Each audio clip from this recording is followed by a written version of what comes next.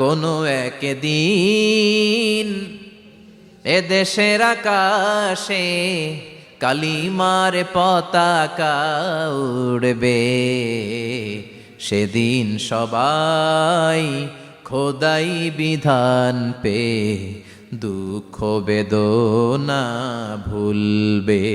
কোনো একদিন এদেশের আকাশে কালিমার পতাকা উড়বে, সেদিন সবাই খোদাই বিধান পে দুঃখ বেদনা ভুলবে। চিৎকার করে বলেন ঠিক কিনা?